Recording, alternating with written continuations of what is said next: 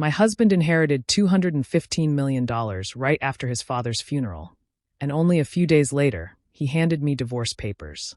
Stay with me while I share everything that happened, because it still feels unreal, and maybe my story will make someone out there think twice before trusting the wrong person. The day of the funeral was heavy.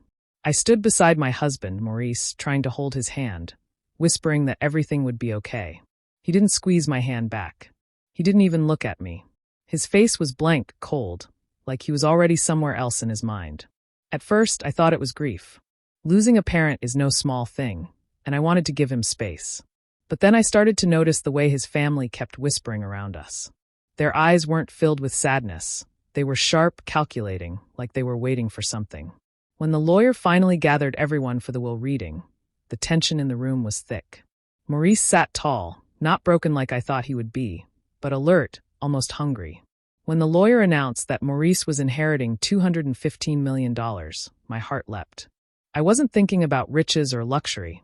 I was thinking about us.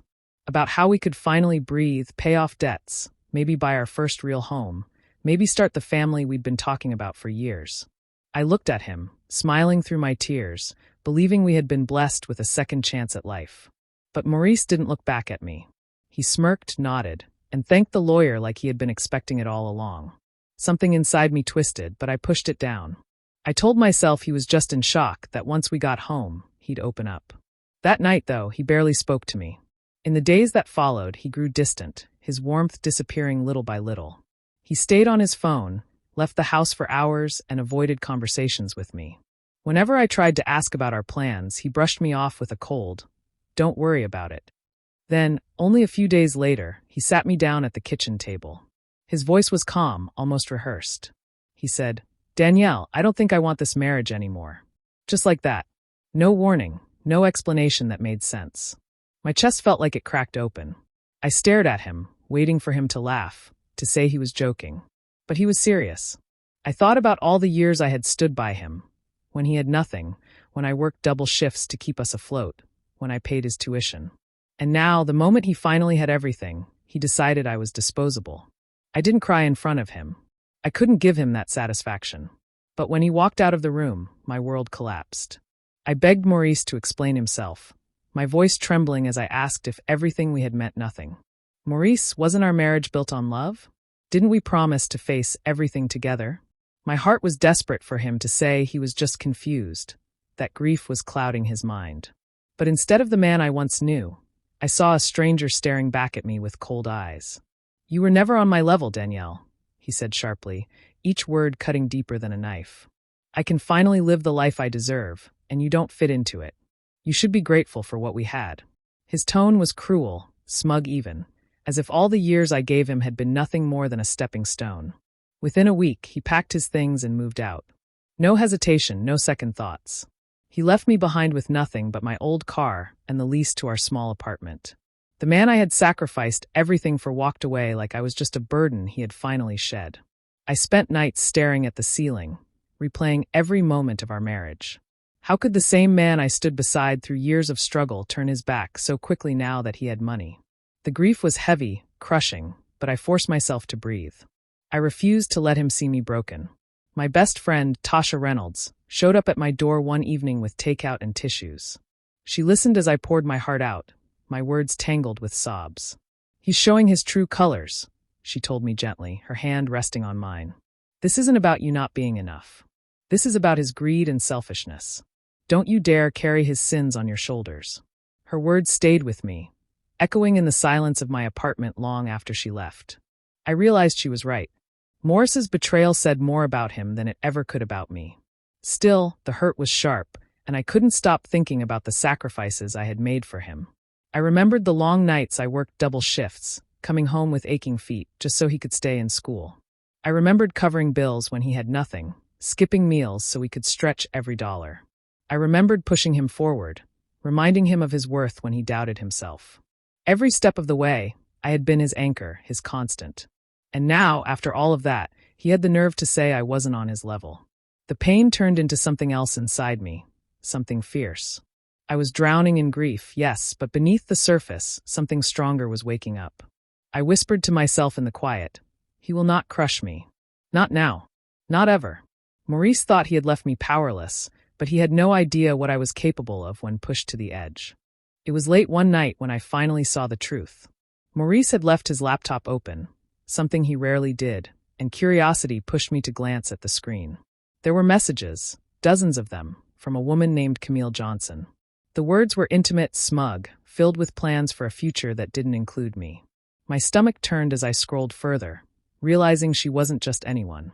Camille was well known in his father's business circle, a glamorous woman I had seen at family events, always laughing a little too hard at Morris's jokes. The pieces fell into place in my head like shattered glass cutting into me. While I had been breaking my back working late nights, while I had been crying alone in our tiny apartment, Maurice had been whispering sweet promises to someone else. And worse, the messages revealed that this wasn't new. It had been going on for months. One conversation froze me completely, Maurice telling her, "Once my father's estate clears, we'll finally have the life we deserve." Camille replied with a heart emoji and a line that made bile rise in my throat. "She'll be out of the picture soon enough." They had been planning this. My heartbreak, my abandonment, it wasn't a sudden decision after all. It had been carefully crafted, their dirty little secret, just waiting for the moment the money landed in his hands. I felt like a fool. All the nights I had defended him to my friends, all the times I told myself he was just stressed, all the love I poured into him. It had been wasted on a man who was already building a life with someone else. My chest ached, my knees buckled, and I slid down to the floor with his laptop still glowing in my lap. The next day, I confronted him. I couldn't hold it in anymore. "How long, Maurice? How long have you been seeing her?" My voice shook, but I forced myself to look him in the eye. He didn't flinch. He didn't apologize. Instead, that cruel smirk spread across his face, the same one that haunted me since the inheritance. "Danielle," he said slowly, almost mocking, "you should be grateful for the years you had with me. Most women would kill for that." My hands clenched into fists at my sides. "Grateful?" I whispered. "I gave you everything. I stood by you when you had nothing. And this is what you give me in return." He shrugged like it was nothing. "Camille understands me. She's on my level. You never were." In that moment, something inside me snapped. The pain was still there, but it hardened into something sharper. His betrayal wasn't just about money or love, it was about respect. And if he thought I was going to walk away quietly, broken and forgotten, he was about to learn how wrong he was. The divorce papers came in thick envelopes, each page heavier than the last. Maurice didn't waste any time. Along with the papers came a team of lawyers. Men in sharp suits with practiced smiles who treated me like I was nothing more than an obstacle to clear away. Their message was simple. Sign the settlement, walk away with nothing, and let Maurice live his new life in peace. The terms were brutal. They offered me not a cent, not even recognition for the years I had stood by his side. It was as if my sacrifices never existed. When I refused to sign, they leaned harder, their voices laced with arrogance. "Mrs. Caldwell, you contributed nothing financially. You have no claim to his inheritance." Those words echoed in my head long after they left. Nothing. That's what they thought I was worth. All the double shifts, the late nights, the times I carried him through school, through debt, through doubt, they called it nothing. My chest burned, my eyes stung, but I refused to break. I knew I couldn't fight him alone. That's when I found Carter Hayes, a lawyer with a reputation for being relentless. He wasn't flashy, but his presence filled the room with quiet authority. When I told him my story, he leaned back in his chair, his eyes narrowing. "He's underestimating you," Carter said firmly. "That's his first mistake. If you're ready to fight, so am I." The first day in court, Maurice sat across from me in an expensive suit, his smirk as sharp as the lawyer's beside him. He looked untouchable, confident, like he'd already won. His attorneys painted me as a gold digger, someone who had only been waiting for the money to arrive so I could snatch a piece. They spoke about me as if I wasn't in the room, reducing my years of love and loyalty into a greedy caricature. I bit the inside of my cheek until I tasted blood just to keep from crying. I wanted to scream, to shout every sacrifice I had ever made, but I knew losing control would only feed their narrative. Instead, I sat tall, silent, and let Carter speak for me. Carter dismantled their arguments with precision. He reminded the court of the years Maurice had no income, of the loans in my name, of the tuition I had covered. "She didn't contribute financially?" Carter's voice cut through the room like steel. "She kept him afloat. Without her, he wouldn't even be standing here today." Maurice shifted in his seat, his smirk faltering for the first time. But still, his eyes glinted with arrogance, as if he believed his money and charm would save him. I sat there, hands trembling under the table, my jaw clenched so tight it hurt. And in that moment, I made a silent vow. If he wanted to drag me through hell, if he wanted war, then war was exactly what he was going to get. The nights grew longer, and sleep refused to come. Every time I closed my eyes, I saw Morris's smirk, heard his words about me being nothing, felt the sting of betrayal from his affair with Camille. But instead of letting the pain drown me, I began to dig.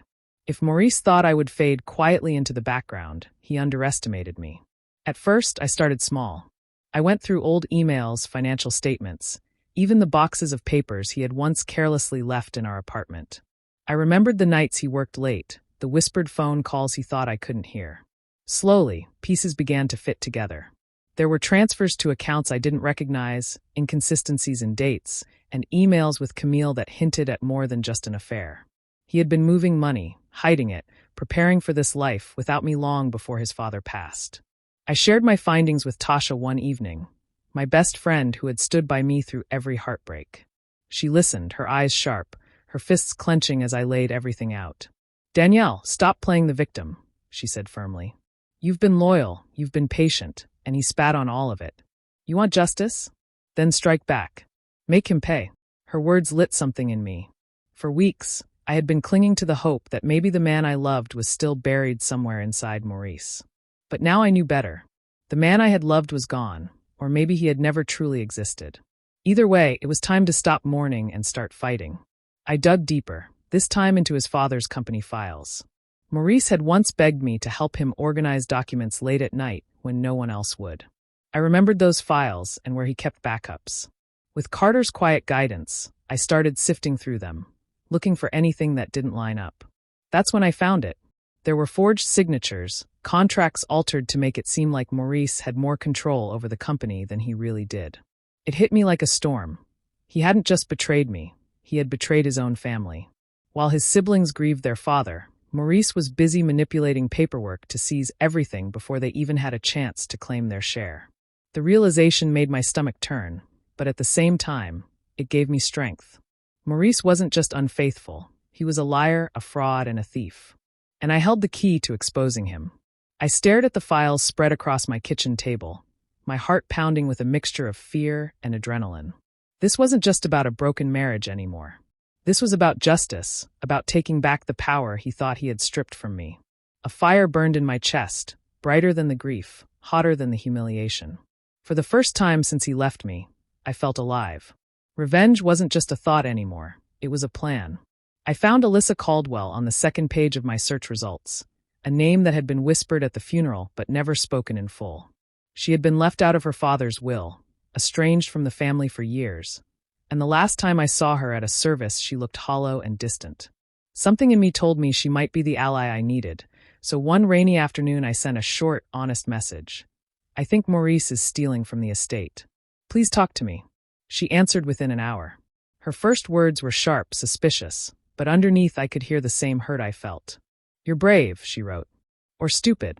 We met in a quiet cafe, both of us cautious, both of us carrying wounds that hadn't closed. She was nothing like the glossy family portraits. She spoke in short sentences, her jaw tight, her eyes always scanning the room. When I told her what I had found, transfers to hidden accounts, altered contracts, messages with Camille, her face hardened. She slid a thin folder across the table to me and said, "I always suspected him. I just didn't have proof." Inside that folder were bank statements, copies of checks, and emails that matched the dates of his father's medical paperwork. Alyssa had kept a journal of every oddity she'd noticed when Maurice was still working at the company. Small things she'd written off as grief or confusion. But now those small things lined up into a pattern. Maurice had not only planned to ditch his wife, he'd planned to take everything. We didn't trust anyone. Morris's family had their own loyalties, and Camille moved in circles where questions were smoothed over with champagne and flattery. So Alyssa and I built our alliance quietly, like two conspirators in a whispered plot. We set rules. No rash moves, always document, and never let Maurice know we were watching. We met late at night in rented cars, exchanged files through encrypted emails, and spoke in code when we had to use the phone. Alyssa's bitterness was a tool as much as her knowledge. She knew who to talk to at the company, which longtime employees still kept copies of old ledgers, and which family lawyers had a soft spot for truth. She gave me names I wouldn't have found on my own. A former accountant who had retired quietly, a bookkeeper who resented Morris's arrogance, a secretary who'd kept every memo. Each small contact widened our net.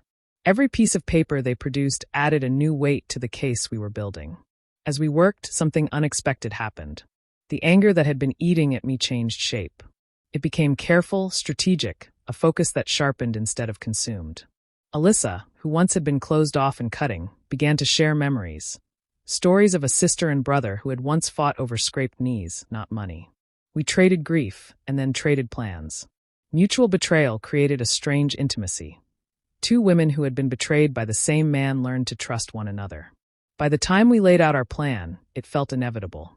We would not just expose his affair, we would show the world the paper trail, the forged signatures, the phantom accounts. We would take him down from the inside, with proof so heavy that no smooth talk or fortune could sweep it away. As we shook hands over coffee, the storm outside seemed to quiet for a moment. For the first time since the funeral, I felt less alone. The ally I'd found in the shadows was sharper than any lawyer's brief and colder than any courtroom glare. And together we were ready. I called Maurice and told him I wanted to meet, my voice soft and careful, as if I were surrendering. I said I was tired of the fighting, that I just wanted peace, maybe even friendship after everything. He agreed quickly, too quickly, as though he had been waiting for me to bow down. What he didn't know was that my phone was already prepared, the recorder app ready to capture every word that slipped from his arrogant mouth. We met at a sleek restaurant downtown, one of those places where the plates were more art than food. He arrived wearing a tailored suit, dripping with the confidence of a man who thought he'd won. I forced a smile and lowered my eyes, playing the role he wanted me to play. The broken wife, desperate for closure. He leaned back in his chair, his glass of wine untouched as he started talking. "Danielle, you'll be fine," he said, waving his hand like my life was an afterthought. "I've already made sure everything is covered. The accounts are safe, hidden where no one can touch them. Even the court can't trace it." My heart pounded, but my face stayed calm, my lips curling in what I hoped looked like admiration. I let him keep talking, nodding at the right moments, encouraging his ego to stretch further. He bragged about lying under oath, about how his lawyers knew exactly what to bury. "They think they're clever," he laughed, "but they'll never catch me. I've been planning this since before my father died." Every word was a nail in his coffin, and my phone caught it all. Then Camille walked in. She was dressed to draw every eye in the room, her heels clicking across the marble floor like a drumbeat announcing her entrance. She kissed Maurice on the cheek, her smile wicked as she slid into the chair beside him. "So," she said sweetly, "is this where we make it official? Should I call myself the new Mrs. Caldwell yet?" She glanced at me with pity, almost mocking, as if I were a child watching adults play. I smiled back, the kind of smile that made her tilt her head in confusion. I let her hold his hand, let her flaunt the diamond ring she'd already slipped on her finger. All the while, I sat calm, nodding, playing the fool. Maurice grinned wider, proud of himself, proud of her. He didn't realize he was giving me everything I needed, that his arrogance was louder than any confession under oath could ever be. I kept my voice soft, my words gentle, as though I were agreeing with him, but inside, my resolve was steel. This was the last time he would humiliate me. The last time I would sit across from him and pretend to be less than I was. By the end of this, his empire built on lies would crumble, and all he would have left was the memory of the woman he thought he destroyed. When in truth, I was the one destroying him.